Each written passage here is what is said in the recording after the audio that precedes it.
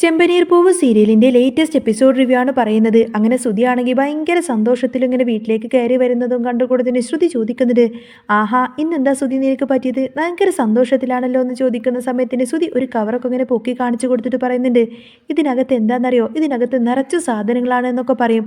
അന്നേരം തന്നെ ശ്രുതി ചോദിക്കുന്നുണ്ട്, ആഹാ ഇത്രമാത്രം സാധനങ്ങളൊക്കെ വാങ്ങിക്കാനുള്ള പൈസ എവിടുന്നാന്ന് ചോദിക്കും. അതൊക്കെ എൻ്റെ കയ്യിലുണ്ട് ഇങ്ങനെ ശ്രുതി സംസാരിച്ചുകൊണ്ടിരിക്കുന്ന സമയത്തായിരിക്കട്ടെ സച്ചി രേവതിയും അങ്ങോട്ടേക്ക് വരുന്നത്.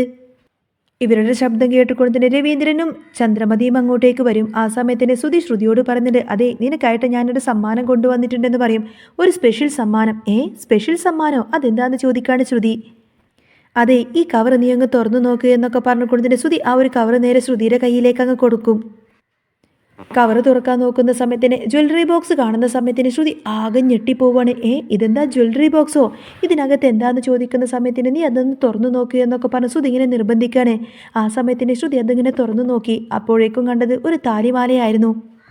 അത് കണ്ടപ്പോൾ ശ്രുതിക്ക് ഒരുപാടധികം സന്തോഷമായി. എങ്ങനെയുണ്ട് നിന്റെ താലിമാല, ഞാൻ കൊണ്ടുപോയി വിറ്റു പൈസ എടുത്തു എന്നൊക്കെ എല്ലാവരും പറഞ്ഞിരുന്നത്, അപ്പോൾ അതിന് പകരമായിട്ട് ഞാൻ നിനക്ക് വേണ്ടിയിട്ട് വാങ്ങിച്ചതായത് എന്നൊക്കെ പറയും. ശ്രുതി എല്ലാവരെയും കാണിക്കാൻ വേണ്ടിയിട്ട് ഗമയിൽ ഇങ്ങനെ വിളിച്ചേർത്ത് പറയുന്ന സമയത്തിന് ചന്ദ്രമതി അങ്ങോട്ടേക്ക് ഓടി വന്ന് നോക്കിയിട്ട് പറയുന്നുണ്ട്, ആഹാ ഇത് കൊള്ളാലോ, ഇത് നല്ല ഭംഗിയുണ്ടല്ലോ കാണാൻ. രവീന്ദ്രനും പറയുന്നുണ്ട്, ഇപ്പോഴെങ്കിലും മോൾക്ക് ഇങ്ങനെയൊക്കെ വാങ്ങിച്ചു കൊടുക്കാൻ നിനക്ക് തോന്നിയല്ലോ. അന്നേരം സച്ചി പറഞ്ഞിട്ട്, അച്ഛാ അതൊക്കെ പോട്ടെ, പൈസ എവിടുന്നാന്ന് ചോദിക്ക്. ഇവൻ ഇനി പൈസക്ക് വേണ്ടിയിട്ട് വല്ലയിടത്തു നിന്ന് മോഷ്ടിച്ചതാണെന്നൊന്നും പറയാൻ പറ്റില്ലല്ലോ എന്ന് പറയും. അന്നേരം രേവതി ഉടനെ തന്നെ സച്ചിയെ തടഞ്ഞു. സച്ചിയേട്ടാ ഒന്ന് മിണ്ടാതിരിക്ക്, വെറുതെ പ്രശ്നമുണ്ടാക്കണ്ട. ചന്ദ്രമതി പറഞ്ഞിട്ട്, ചിലരൊക്കെ എന്താ പറഞ്ഞേ, ശ്രുതിക്കെല്ലാം വിറ്റ് നശിപ്പിക്കാനേ അറിയത്തുള്ളൂ എന്നല്ലേ, ഒന്നും വാങ്ങാൻ അറിയില്ല എന്നൊക്കെയല്ലേ. ഇപ്പം കണ്ടില്ലേ അവൻ അവൻ്റെ ഭാര്യക്കായിട്ട് ഒരു താലിമാല തന്നെ വാങ്ങിച്ചു കൊടുത്തിരിക്കുന്നത്. സച്ചി വിട്ടില്ല, താലിമാല വാങ്ങിച്ചു കൊടുത്തത് അവൻ വിറ്റ് നശിപ്പിച്ചിട്ടല്ലേ, അല്ലാതെ വെറുതെ ഒന്നും അല്ലല്ലോ. അന്നേരം ചന്ദ്രമതി ചോദിക്കുന്നുണ്ട്, എടാ നിനക്ക് ഇത്രയും കാലമായിട്ട് വല്ലതൊന്നും മേടിക്കാൻ പറ്റിയിട്ടുണ്ടോ? അപ്പോഴും സച്ചി പറഞ്ഞിട്ട്, എന്നെക്കൊണ്ട് ഏതായാലും അത്രക്കൊന്നും വലുത് വാങ്ങിക്കാനൊന്നും പറ്റുമെന്ന് തോന്നുന്നില്ല. കാരണം എന്നെക്കൊണ്ട് പറ്റുന്ന രീതിയിലൊക്കെ ഞാൻ എൻ്റെ ഭാര്യയ്ക്ക് വാങ്ങിച്ചു കൊടുത്തിട്ടുണ്ട്. അവൾക്കത് മതി, അവൾ അതുകൊണ്ട് തന്നെ തൃപ്തിയാണെന്ന് പറയും. പിന്നെ ഇവിടെ നിന്ന് ശ്രുതി പണം അടിച്ചു മാറ്റി കൊണ്ടുപോകുന്നത് പോലെ ഞാൻ ഏതായാലും പണം അടിച്ചു മാറ്റി കൊണ്ടുപോയിട്ടൊന്നുമില്ലല്ലോ. ഞാൻ നന്നായി കഷ്ടപ്പെട്ട് അധ്വാനിച്ച് ബുദ്ധിമുട്ടിക്കൊണ്ടുണ്ടാക്കുന്ന പണം കൊണ്ടാണ് ഞാൻ എൻ്റെ ഭാര്യയ്ക്ക് ഓരോ സാധനങ്ങളൊക്കെ വാങ്ങിച്ചു കൊടുക്കുന്നത്. എന്നാൽ സച്ചിയുടെ ഈ ഒരു വാക്ക് ഒട്ടും തന്നെ ഇഷ്ടപ്പെടുന്നില്ല കേട്ടോ ശ്രുതിക്ക്. ചന്ദ്രമതി വീണ്ടും ചോദിക്കുന്നുണ്ട്, ഇതെന്താടാ ഈ കവറിനകത്തൊക്കെ എന്ന് ചോദിക്കും. അതൊക്കെ ഉണ്ട് അമ്മേ, അമ്മക്കായിട്ട് ഞാനൊരു സാധനം വാങ്ങിച്ചിട്ടുണ്ട് എന്ന് പറയാണ് ശ്രുതി. അങ്ങനെ ഒരു കവർ നേരെ ചന്ദ്രമതിക്ക് കൊടുക്കുന്ന സമയത്തിന് ചന്ദ്രമതിക്ക് ഭയങ്കര സന്തോഷമായിരിക്കും. തുറന്നു നോക്കുന്ന സമയത്തിന് സാരി ആയിരിക്കും. ഇതെന്താ സാരിയോ എന്ന് ചോദിക്കും. അതെ എങ്ങനെയുണ്ട്, അമ്മക്ക് ഇഷ്ടപ്പെട്ടോ? കൊള്ളാം മോനെ, നല്ല സൂപ്പറായിട്ടുണ്ട്. ഇതിനൊക്കെ എത്ര രൂപയാടാന്ന് ചോദിക്കാട്ടോ ചന്ദ്രമതി. അന്നേരം ഇതിനൊരു 5000 രൂപയായി കാണുമെന്ന് പറയുന്ന സമയത്തിന് 5000 രൂപയുടെ സാരിയോ? പിന്നെ അല്ലാതെ എൻ്റെ അമ്മക്ക് സാരി വാങ്ങുമ്പോൾ പിന്നെ പണം എനിക്ക് കുറക്കാൻ പറ്റുമോ എന്ന് ചോദിക്കാണ് ശ്രുതി. അപ്പോഴേക്കും ചന്ദ്രമതി ഒരടി അങ്ങ് പൊങ്ങി. ആ സമയത്തിന് സച്ചി ചോദിക്കുന്നുണ്ട്, അല്ല അമ്മക്ക് നീ സാരി വാങ്ങിച്ചു കൊടുത്തു, നിന്നെ ഇത്ര കഷ്ടപ്പെട്ട് ബുദ്ധിമുട്ടി പഠിപ്പിച്ചു വളർത്തി വലുതാക്കിയത് ആരാ? നിന്റെ അച്ഛനല്ലേ, അച്ഛന് വേണ്ടി നീ എന്താടാ വാങ്ങിച്ചത് എന്ന് ചോദിക്കും. അന്നേരം ശ്രുതി പറഞ്ഞിട്ട്, അച്ഛന് വേണ്ടിയിട്ട് ഞാൻ വാങ്ങിച്ചിട്ടുണ്ട് എന്ന് പറഞ്ഞിട്ട് വേറൊരു കവർ തുറന്നിട്ട് അതിനകത്തു നിന്നൊരു വാച്ച് എടുക്കുകയാണ്. അപ്പോൾ ചന്ദ്രമതി ചോദിക്കുന്നുണ്ട്, എടാ നിന്റെ അച്ഛൻ എന്തിനാടാ വാച്ച്? നിന്റെ അച്ഛൻ ഇവിടെ ജോലിക്കൊന്നും പോകുന്നില്ലല്ലോ, അച്ഛൻ റിട്ടയർഡായിട്ട് ഇവിടെ വീട്ടിൽ തന്നെ ഇരിക്കല്ലേ എന്ന് ചോദിക്കും. അന്നേരം രവീന്ദ്രൻ പറയുന്നുണ്ട്, എനിക്ക് വാച്ചിൻ്റെ ഒന്നും ആവശ്യമില്ല, ഞാൻ ആകെപ്പാട് വീട്ടിൽ നിന്ന് പുറത്തു പോകുന്നത് നടക്കാൻ പോവാണ്, നടക്കുന്ന സമയത്ത് എന്തിനാടാ വാച്ച് എന്നൊക്കെ ചോദിക്കും.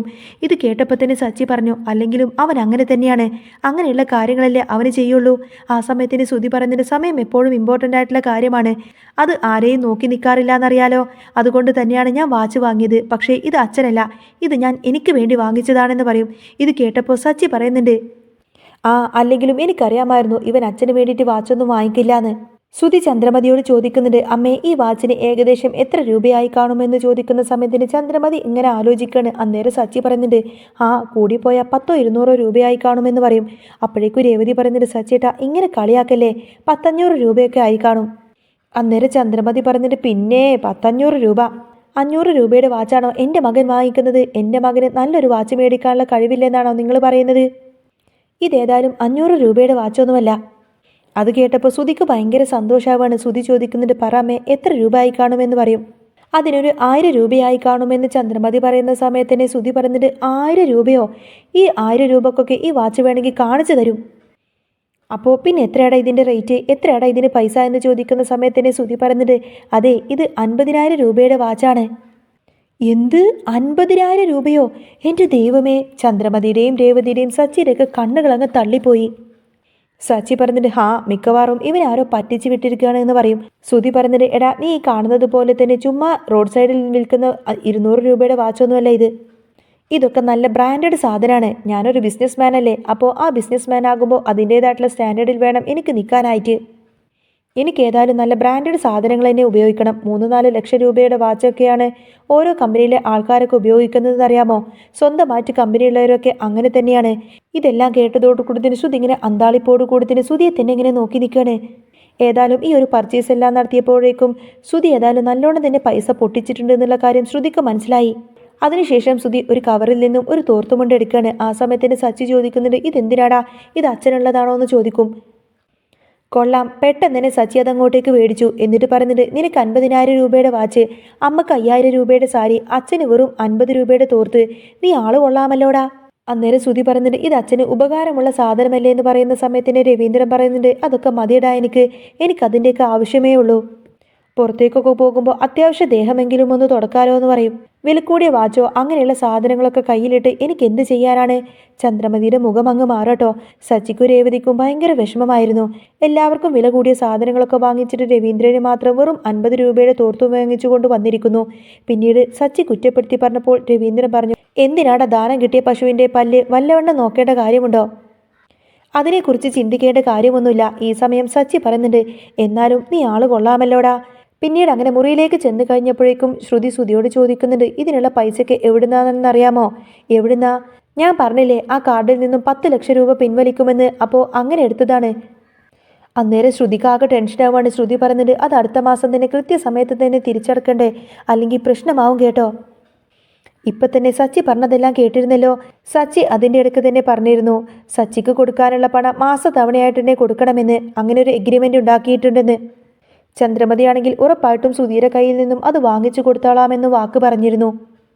രവീന്ദ്രന്റെ കയ്യിൽ നിന്ന് പണ്ട് 50 ലക്ഷം രൂപ കൊണ്ടല്ലേ സുധി മുങ്ങിയിരുന്നത്. അതുകൊണ്ട് തന്നെ ആ ഒരു പൈസ തിരികെ കൊടുക്കാൻ വേണ്ടിയിട്ട് ഓരോ ഗഡുക്കളായിട്ട് ഓരോ മാസവും 50,000 രൂപ വെച്ച് കൊടുത്തു തീർത്താൽ മതിയെന്നൊക്കെ. സുധിയോട് ദേഷ്യപ്പെടുന്നുണ്ട്. സുധി നീ ഇങ്ങനെയൊക്കെ ചെലവ് ചെയ്തിട്ടുണ്ടെങ്കിൽ മാസം 50,000 രൂപ എനിക്ക് തരാൻ പറ്റുമോ, അല്ലെങ്കിൽ അച്ഛന് കൊടുക്കാൻ പറ്റുമോ? സുധി ആവശ്യമില്ലാത്ത പണം ചെലവാക്കുന്നത് കൊണ്ട് തന്നെ ശ്രുതിക്കാകെ ടെൻഷനായിരിക്കും.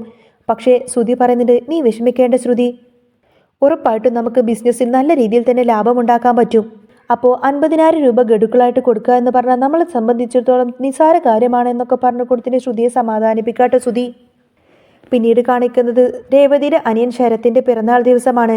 ലക്ഷ്മി അമ്മ രാവിലെ തന്നെ എഴുന്നേറ്റ് ശരത്തിനോട് ചോദിക്കുന്നുണ്ട് എടാ നീ പോയി കുളിച്ച് പുതിയ ഡ്രസ്സൊക്കെ ഇട്ട് വരാൻ പറയും. എന്തിനാ അമ്മേ? അതൊക്കെ വേണമെന്ന് പറയും. നിന്നോട് ഞാൻ പറഞ്ഞത് നീ അങ്ങ് അനുസരിച്ചാൽ മതി എന്നിങ്ങനെ സംസാരിച്ചുകൊണ്ട് നിൽക്കുന്ന സമയത്താണ് കേട്ടോ രേവതി അങ്ങോട്ടേക്ക് വരുന്നത്. രേവതി വന്ന് ചോദിക്കുന്നുണ്ട് അല്ല ശരത്ത് എവിടെയെന്ന് ചോദിക്കും. അവൻ കുളിക്കാൻ കയറിയിട്ടുണ്ട് എന്ന് പറയുന്ന സമയത്ത് തന്നെ അവൻ്റെ കൈയൊക്കെ ഇപ്പം എങ്ങനെയുണ്ട് എന്ന് ചോദിക്കുന്ന സമയത്ത് തന്നെ കൈയൊക്കെ ശരിയായി, ഇപ്പം വലിയ പ്രശ്നമൊന്നുമില്ല, കയ്യിലെ കെട്ടൊക്കെ അഴിച്ചു എന്ന് പറയാണ്. രേവതി പറയുന്നുണ്ട് ഹാവു സമാധാനം, ഇപ്പോഴാണ് എനിക്കൊരു സമാധാനമായത് എന്ന് പറയുന്ന സമയത്ത് തന്നെ ശരത്ത് കുളിയെല്ലാം കഴിഞ്ഞ് അങ്ങോട്ടേക്ക് വരും. രേവതിയെ കണ്ട സമയത്ത് തന്നെ ശരത്ത് പറയുന്നുണ്ട് ആ ചേച്ചി എന്താ രാവിലെ തന്നെ എന്ന് ചോദിക്കുന്ന സമയത്തിന് രേവതി പറയുന്നുണ്ട് എടാ ഇന്ന് നിൻ്റെ പിറന്നാളല്ലേ, അപ്പോൾ നിന്നെന്ന് കണ്ടിട്ട് ബർത്ത്ഡേ വിഷ് ചെയ്യാമെന്ന് കരുതിയിട്ട് വന്നതാണെന്ന് പറയും. അന്നേരം ലക്ഷ്മി അമ്മ പറയുന്നുണ്ട് ഇവൻ്റെ പിറന്നാൾ ഏതായാലും ചെറിയ രീതിയിലൊന്ന് ആഘോഷിക്കാൻ തീരുമാനിച്ചിട്ടുണ്ട്. ഇവൻ്റെ കൂട്ടുകാരൊക്കെ വരും, പിന്നെ ദേവും ഉണ്ടല്ലോ, അപ്പോൾ ഫംഗ്ഷൻ സമയത്ത് മോളും കൂടി വരില്ലേ, സച്ചിയും കൂട്ടി വരണമെന്നൊക്കെ പറഞ്ഞിട്ട് ലക്ഷ്മിയമ്മ. എന്നാൽ ശരത്തിന് അത് കേട്ടിട്ട് തീരെ അങ്ങ് ഇഷ്ടപ്പെടുന്നില്ല. ശരത്ത് പറയുന്നുണ്ട് അതെ ഞാനൊരു കാര്യം പറഞ്ഞേക്കാം, സച്ചിയേട്ടൻ എങ്ങാനും എൻ്റെ പിറന്നാളിന് വന്നിട്ടുണ്ടെങ്കിൽ പിന്നെ ഞാൻ ഈ പിറന്നാളിന് കാണില്ല. ഇത് കേൾക്കുമ്പോൾ രേവതിക്ക് ദേഷ്യം വരാണ്. രേവതി ചോദിക്കുന്നുണ്ട് നീ എന്താടാ ഇങ്ങനെയൊക്കെ പറയുന്നത്? സച്ചിയേട്ടൻ എൻ്റെ ഭർത്താവല്ലേ, സച്ചിയേട്ടൻ വരാത്തിടത്ത് ഞാൻ വരുമോ? അന്നേരം ശരത്ത് പറയുന്നത് ചേച്ചി ഏതായാലും എൻ്റെ പിറന്നാളിന് വരണം, പക്ഷേ സച്ചിയേട്ടനെ കൂട്ടുകൊണ്ട് വരാൻ പാടില്ലെന്നാ പറഞ്ഞത്. രേവതിക്ക് അത് കേട്ടപ്പോൾ ദേഷ്യമായി. അവൾ ദേഷ്യപ്പെട്ട് അവിടെ നിന്നങ്ങ് പോവാണ്. സച്ചി ഇല്ലാത്തടത്തേക്ക് താൻ എങ്ങനെ വരും, എന്ത് ചെയ്യണമെന്ന് പോലും രേവതിക്ക് അറിയുന്നുണ്ടായിരുന്നില്ല. പിന്നീട് അങ്ങനെ വീട്ടിലിരുന്ന് ആലോചിക്കുന്ന സമയത്താണ് കേട്ടോ സച്ചി വരുന്നത്. സച്ചി കുറച്ച് പൈസയൊക്കെ രേവതിയുടെ കയ്യിലേക്ക് കൊടുത്തു പറഞ്ഞു നീ ഇതെല്ലാം കൊണ്ട് ആ ഒരു കുടുക്കയിൽ കൊണ്ടുപോയി ഇടണം കേട്ടോ. ഇതെല്ലാം നമ്മുടെ വേറൊരു ടാക്സി കാർത്തിക് ഓടിക്കുന്നുണ്ടല്ലോ, അപ്പോൾ അവൻ ഓടിച്ചതിൻ്റെ വാടക കിട്ടിയതാണെന്ന് പറയും. അങ്ങനെ രേവതി ഏതായാലും സച്ചിയുടെ കയ്യിൽ നിന്നും ആ ഒരു പണമെല്ലാം വാങ്ങിച്ചതിന് ശേഷം നേരെ കുടുക്കയിൽ കൊണ്ടുപോയിട്ടു. പിന്നീട് രേവതി സച്ചിയോട് വന്ന് പറയുന്നുണ്ട്, സച്ചിയേട്ടാ ഇന്ന് ശരത്തിൻ്റെ പിറന്നാളാണ്. ഇത് കേട്ടപ്പോൾ തന്നെ സച്ചിക്ക് നല്ല ദേഷ്യം വന്നു. ശരത്തിൻ്റെ പേര് കേൾക്കുമ്പോഴേ സച്ചിക്ക് ദേഷ്യം വരും. പിറന്നാളാണെങ്കിൽ പിന്നെ എന്ത് ചെയ്യണമെന്ന് ചോദിക്കും. അല്ല സച്ചിയേട്ടാ നമുക്കതുവരെ ഒന്ന് പോവണ്ടേന്ന് ചോദിക്കുകയാണ്. അവിടെ വരെ പോവാനോ? ദേ എന്നെക്കൊണ്ട് കൂടുതൽ നീയൊന്നും പറയിപ്പിക്കരുത്. അവൻ കാരണം മനുഷ്യന് എന്തൊക്കെ പ്രശ്നങ്ങളുണ്ടായെന്നറിയാലോ. എന്നിട്ടിപ്പോൾ അവൻ്റെ പിറന്നാളും കൂടി ആഘോഷിക്കാൻ പോയാൽ മതിയല്ലോ. അവൻ കാരണം എന്നും മനുഷ്യന് നാണക്കേട് മാത്രമേ ഉണ്ടായിട്ടുള്ളൂ. രേവതി പറയുന്നത്, സച്ചിയേട്ടാ ഒന്നുമില്ലെങ്കിലും അവൻ എൻ്റെ സ്വന്തം അനുജനല്ലേ. ദേ ഞാനും അവനും തമ്മിൽ മിണ്ടത്തില്ല. ഞങ്ങൾ തമ്മിൽ വഴക്കിനെക്കുറിച്ച് നിനക്കറിയാലോ. എന്നെ വിളിക്കാത്തിടത്തേക്ക് നീയും പോവേണ്ട കാര്യമില്ല. ഇത്രയും നേരമായിട്ട് നിന്നെ വിളിച്ചോ? ഇല്ലല്ലോ. വിളിക്കാതെ അങ്ങോട്ടേക്ക് ചെല്ലാൻ എന്തായാലും ഞാനില്ല. അതുകൊണ്ട് തന്നെ നീയും അങ്ങോട്ടേക്ക് പോവണ്ടെന്നൊക്കെ പറയട്ടെ സച്ചി. രേവതി പറയുന്നുണ്ട്, സച്ചിയേട്ടൻ ഇങ്ങനെ പറഞ്ഞാൽ എങ്ങനെയാണ്? ഭർത്താവിനെ വിളിക്കാത്തിടത്തേക്ക് ഭാര്യയും പോകേണ്ട കാര്യമൊന്നുമില്ല. അവനെ പോലുള്ള ഒരു ഫ്രോഡിൻ്റെ പിറന്നാൾ ആഘോഷിക്കാൻ പോകേണ്ട എന്ന് പറഞ്ഞ് സച്ചി അവിടെ നിന്ന് ദേഷ്യപ്പെട്ടു പോവാണ്. രേവതിക്ക് ആ സമയത്ത് തന്നെ ഭയങ്കര വിഷമമായി. എന്ത് ചെയ്യണമെന്ന് പോലും അറിയില്ല. പിന്നീട് രേവതി വിഷമിച്ചിരിക്കുകയാണ്. അങ്ങനെ ഈ സമയത്ത് പിറന്നാൾ ആഘോഷത്തിൻ്റെ പരിപാടികളൊക്കെ ഗംഭീരമായി തന്നെ ലക്ഷ്മിയമ്മയും എല്ലാവരും കൂടി ചേർന്ന് നടത്തി. വീടെല്ലാം തന്നെ ബർത്ത്ഡേക്ക് വേണ്ടിയിട്ട് ആകെ അലങ്കരിച്ച് സെറ്റാക്കി വെച്ചിട്ടുണ്ട്. ഇനി കേക്ക് അങ്ങ് എടുത്തു വെച്ചാൽ മാത്രം മതി. രേവതിയെ അത്രയും നേരെ സമയം കാണാതായപ്പോൾ അവർക്ക് നല്ല ടെൻഷനായിരുന്നു. കുറച്ച് കഴിഞ്ഞപ്പോൾ ലക്ഷ്മിയമ്മ രേവതിയെ വിളിച്ചു. മോളെ നീ എപ്പോഴാണ് ഇങ്ങോട്ടേക്ക് വരുന്നത്? നീ വന്നില്ലല്ലോ. നീ വന്നിട്ട് വേണം കേക്ക് മുറിക്കാൻ എന്നൊക്കെ പറയും. അന്നേരം രേവതി പറയുന്നുണ്ട്, അത് പിന്നെ അമ്മേ സച്ചിയേട്ടനില്ലാതെ ഞാൻ എങ്ങനെയാണ് അങ്ങോട്ടേക്ക് വരുന്നത്? അന്നേരം ശരത്ത് ഫോൺ വാങ്ങിച്ചിട്ട് പറഞ്ഞു, ചേച്ചി വന്നില്ലെങ്കിൽ ഞാൻ ഈ കേക്ക് പോലും കട്ട് ചെയ്യില്ല, പിറന്നാൾ ആഘോഷിക്കില്ല. അന്നേരം രേവതി വീണ്ടും ആകെ വിഷമിച്ചിരിക്കുകയാണ്. അന്നേരം വർഷ വന്ന് ചോദിക്കുന്നുണ്ട്, എന്താ രേവതി ചേച്ചി കാര്യം? രേവതി കാര്യം പറഞ്ഞു. ശരത്തിൻ്റെ പിറന്നാളാണെന്നും സച്ചിയേട്ടൻ പോവണ്ട എന്ന് പറഞ്ഞു എന്നൊക്കെ പറയും. വർഷ പറയുന്നുണ്ട്, നമുക്ക് നമ്മുടേതായിട്ടുള്ള സ്വാതന്ത്ര്യമില്ലേ? സച്ചിയേട്ടൻ എന്ത് അവകാശമാണ് ചേച്ചിയുടെ അനുജൻ്റെ പിറന്നാളിന് പോകരുത് എന്ന് പറയാനേ? ചേച്ചി ധൈര്യമായിട്ട് തന്നെ പോയിക്കോ. സച്ചിയേട്ടൻ വരുമ്പോഴേക്കും തിരിച്ചു വന്നാൽ പോരെ? അത് ശരിയാണ് എന്ന് രേവതി പറഞ്ഞു. സച്ചിയേട്ടൻ വരുമ്പോഴേക്കും തിരികെ വരാമെന്നൊക്കെ കരുതിക്കൊണ്ട് തന്നെ രേവതി അവിടെ നിന്നും ഇറങ്ങാൻ തുടങ്ങുമ്പോഴാണ് ചന്ദ്രമതി ഇതെല്ലാം കേൾക്കുന്നത്. ഓഹോ, അപ്പോൾ സച്ചിയോട് പറയാതെയാണോ ഈ പോക്ക്? ഏതായാലും ഇവൾക്ക് നല്ലൊരു പണി കൊടുക്കണമല്ലോ. കുറേ നാളായി കാത്തിരിക്കുന്നത് സച്ചിയും ഇവളെയും കൂടെ തമ്മിൽ എങ്ങനെ തെറ്റിക്കുമെന്നൊക്കെ ചിന്തിച്ചിട്ട് സ്വന്തം മകനെയും മരുമോളെയും തമ്മിൽ തെറ്റിക്കാനാണ് കേട്ടോ ചന്ദ്രമതി നോക്കുന്നത്. അങ്ങനെ വർഷ പറഞ്ഞതുകൊണ്ട് തന്നെ രേവതി അങ്ങോട്ടേക്ക് ചെന്നപ്പോൾ എല്ലാവർക്കും ഭയങ്കര സന്തോഷമായി. എല്ലാവരും കൂടി ചേർന്ന് പിറന്നാൾ ആഘോഷിക്കുന്നുണ്ട്. ഈ സമയത്താണ് സച്ചി വീട്ടിലേക്ക് കടന്നു വരുന്നത്. സച്ചി കുറച്ച് നേരത്തെ തന്നെ അന്ന് അങ്ങോട്ടേക്ക് വന്നിരുന്നു. ചന്ദ്രമതി അവിടെ ഉണ്ടായിരുന്നു. രേവതിയെ വിളിച്ചിട്ട് കേൾക്കാതെ വന്നപ്പോൾ സച്ചി അടുക്കളയിലേക്ക് ചെന്നു.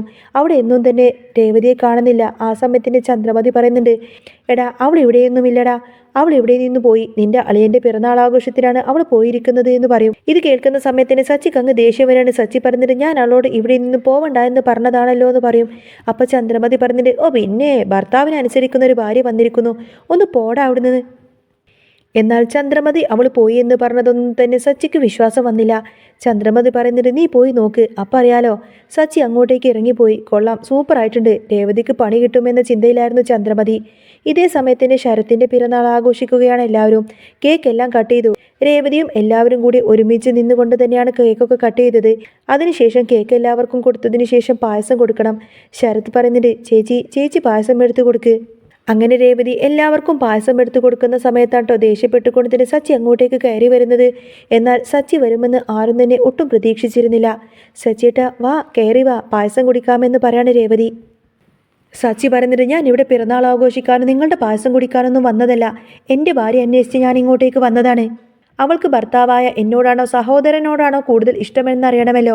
സച്ചി ദേഷ്യപ്പെട്ട് അവിടെ നിന്നും ഇറങ്ങിപ്പോയി. ആ സമയത്തിന് രേവതിക്ക് ഭയങ്കര വിഷമമായി. ലക്ഷ്മിയമ്മ രേവതിയെ സമാധാനിപ്പിച്ചു. രേവതി പായസവുമായി വീട്ടിലേക്കെത്തി. ചന്ദ്രമതിക്ക് കൊടുക്കാൻ തുടങ്ങിയപ്പോൾ ചന്ദ്രമതി പറയുന്നുണ്ട്, എനിക്കൊന്നും വേണ്ട, നിന്റെ തറവാട്ടിലെ പായസം. പക്ഷേ രവീന്ദ്രൻ സന്തോഷത്തോടെ തന്നെ അത് വാങ്ങിച്ചു കുടിച്ചു.